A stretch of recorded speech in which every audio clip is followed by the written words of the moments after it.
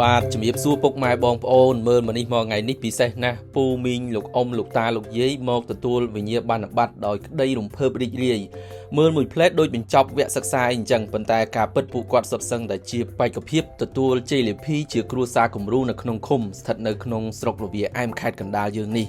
គ្រួសារគំរូនឹងគឺជាគ្រួសារគំរូផ្នែកប្រណិប័តទម្លាប់អនាម័យនិងអនុវត្តទម្លាប់ប្រើប្រាស់ទឹកស្អាតនៅក្នុងគ្រួសារជាប្រចាំហើយភាពសប្បាយរីករាយនេះមិនមែនមានតែសម្រាប់ម្ចាស់ជ័យលាភីតែប៉ុណ្ណោះទេសូម្បីតែលោកអភិបាលស្រុកនឹងក៏ពេញចិត្តដែរប្រធានមន្ទីរអភិវឌ្ឍជនបទនឹងក៏បានចូលរួមអបអរសាទរហើយអាជ្ញាធរឃុំនីមួយៗនឹងញញឹមញញែមបិទមាត់មិនចិត្តទេបងប្អូន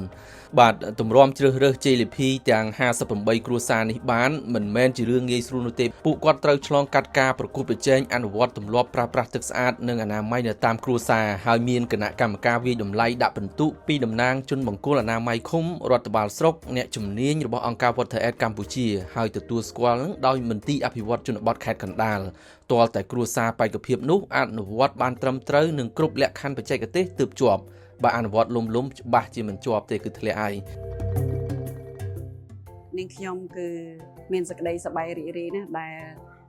ខាងអង្គការ Water Aid បានសហការជាមួយមន្ទីរអភិវឌ្ឍជនបទក៏ដូចជារដ្ឋបាលស្រុកលវាអែមនៅក្នុងការបង្កើតនៅកម្មវិធីជ័យលាភីសម្រាប់គ្រួសារគំរូនេះចាហើយគ្រួសារគំរូនេះគឺជាបច្ច័យមួយដ៏ល្អសម្រាប់ការលើកកម្ពស់អនាម័យនៅជនបទចារបស់យើងពិសេសនៅក្នុងខេត្តកណ្ដាលយើងគឺធ្វើឲ្យប្រជាពលរដ្ឋរបស់យើងគឺគាត់កាន់តែយល់ដឹងអំពីការប្រតិបត្តិអនាម័យល្អ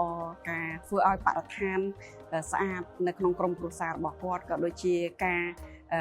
រក្សាទុកទឹកឲ្យមានសុវត្ថិភាពដើម្បីញ៉ាំមួយកែវចុងក្រោយទៅគឺធានាថាមានសុវត្ថិភាព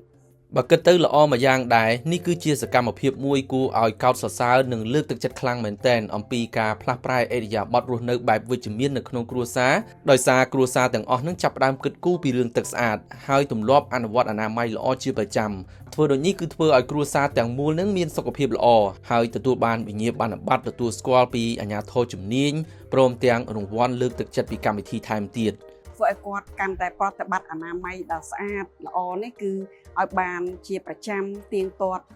មិនមែនតែនៅក្នុងពេលដែលយើងធ្វើការប្រកួតប្រជែងទេគឺយើងចង់ឲ្យគាត់ចាជាក្រុមគ្រួសារគំរូផ្សព្វផ្សាយទៅដល់ក្រុមគ្រួសារនៅជិតខាងផ្សេងៗទៀតដើម្បីឲ្យមានទម្លាប់អនាម័យកាន់តែល្អប្រសើរឡើងដើម្បីឲ្យពួកគាត់មានសុខភាពកាន់តែល្អប្រសើរក៏ដូចជាកាត់បន្ថយនៅភាពក្រីក្រចាតាមរយៈដែលគាត់ប្រតិបត្តិអនាម័យល្អគឺគាត់មានសុខភាពល្អចាកាលណាមានសុខភាពល្អគឺมันចាំបាច់ចំណាយថវិកាទៅក្នុងការព្យាបាលជំងឺទេហើយមួយទៀតគឺចំណេញពេលវេលាដល់យើងអត់ទៅពេទ្យទេយើងយកពេលវេលានោះគឺអាចទៅប្រកបមុខរបរផ្សេងទៀតដែលជាកត្តាជួយឲ្យជីវភាពក្នុងក្រុមគ្រួសាររបស់គាត់គឺកាន់តែប្រសើរឡើងបើតាមខ្ញុំទទួលបានព័ត៌មានពីកម្មវិធីគ្រួសារគំរូផ្នែកទឹកស្អាតនិងអនាម័យរបស់អង្គការ Water Aid កម្ពុជាបានឲ្យដឹងថាដើម្បីសម្រេចលទ្ធផលឲ្យមនុស្សគ្រប់រូបទទួលបានទឹកស្អាតប្រើប្រាស់ប្រកបដោយសុវត្ថិភាពនិងរស់នៅក្នុងបរិស្ថានមានអនាម័យគិតត្រឹមឆ្នាំ2030ខាងមុខរឿងដែលសំខាន់គឺត្រូវជំរុញឲ្យប្រជាពលរដ្ឋទាំងអស់យល់ដឹងពីទឹកស្អាតនិងអនាម័យហើយរឹតតែសំខាន់ជាងនេះគឺលើកទឹកចិត្តឲ្យគ្រួសារមានបណ្ណសមធម៌ដែលទទួលស្គាល់ដោយអាជ្ញាធរមូលដ្ឋាននឹងមានលទ្ធភាពអនុវត្តអនាម័យនិងប្រើប្រាស់ទឹកស្អាតកាន់តែទូលំទូលាយនិយាយឲ្យចំគឺប្រើប្រាស់បង្គន់អនាម័យឲ្យបានត្រឹមត្រូវនៅតាមផ្ទះទុកដាក់កាកសំណល់លាមកឲ្យបានត្រឹមត្រូវហើយមានទឹកតភ្ជាប់តាមបំពង់ទុយោសម្រាប់ប្រើប្រាស់នៅក្នុងគ្រួសារដូចគេឯងការផ្លាស់ប្ដូរឥរិយាបថរបស់ប្រជាពលរដ្ឋពិតជាសំខាន់ណាព្រោះគម្រោងយើងអាចនិរន្តរភាពទៅបានគឺលុះត្រាតែប្រជាពលរដ្ឋចូលរួម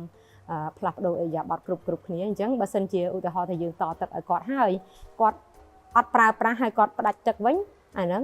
គម្រោងរបស់យើងវាអត់ sustain អត់មាននិរន្តរភាពទេអញ្ចឹងឥរិយាបថរបស់ប្រជាជនគឺពិតជាសំខាន់ដើម្បីធានាថាគម្រោងនីមួយៗគឺមាននិរន្តរភាពកម្មវិធីនេះយើងឃើញថាការគ្រប់គ្រងពីអាជ្ញាធរក៏ដូចជាប្រជាពលរដ្ឋហ្នឹងគឺគាត់មានការគ្រប់គ្រងមែនទែនព្រោះមុននឹងពេលចាប់ដើមកម្មវិធីហ្នឹងគឺគាត់អ្នកខ្លះគាត់អត់ទាំងដឹងថាការប្រើប្រាស់ទឹកស្អាតហ្នឹងវាខុសមិនអីមិនហើយវាចំណេញមិនអីទេព្រោះដោយសារគាត់គឺគាត់ត្រឡប់ថាប្រើប្រាស់ទៅតាមទឹកទន្លេទឹកអីវាមានស្រាប់ប៉ុន្តែការពិតទៅគាត់កំពុងតែចំណាយលុយអត់ត្រូវគោលដៅណាអញ្ចឹងគាត់ដល់ពេលគាត់ចូលរួមកម្មវិធីរបស់យើងហើយបានគាត់ដឹងថាអូកម្មវិធីរបស់យើងគឺជួយគាត់ឲ្យសន្សំសំចៃថវិកាហើយជួយគាត់ឲ្យមានសុខភាពល្អទៀត បាទសូមជម្រាបថាកម្មវិធីគ្រួសារគំរូនេះមិនទាន់ចប់ត្រឹមនឹងទេគឺនៅមានបន្តទៀតថាតើគ្រួសារមិនទាន់ជាប់ជ័យលាភីលើកទី1អាចនឹងជាប់លើកទី2ទៀតដែរឬទេហើយតើរដ្ឋបាលស្រុកណាខ្លះក្នុងខេត្តកណ្ដាលបានជោគជ័យជាបន្តបន្ទាប់លើការងារទឹកស្អាតនិងអនាម័យនេះប្រសិនបើពុកម៉ែបងប្អូនចង់ដឹងអំពីរឿងរ៉ាវទាក់ទងទៅនឹងទឹកស្អាតនិងអនាម័យបន្ថែមសូមជួយចែករំលែកចុច like ចុច share ដើម្បីលើកកម្ពស់សុខុមាលភាពប្រជាជននិងសហគមន៍របស់យើងទាំងអស់គ្នាអរគុណជួបខ្ញុំនៅវីដេអូក្រោយទៀតបាន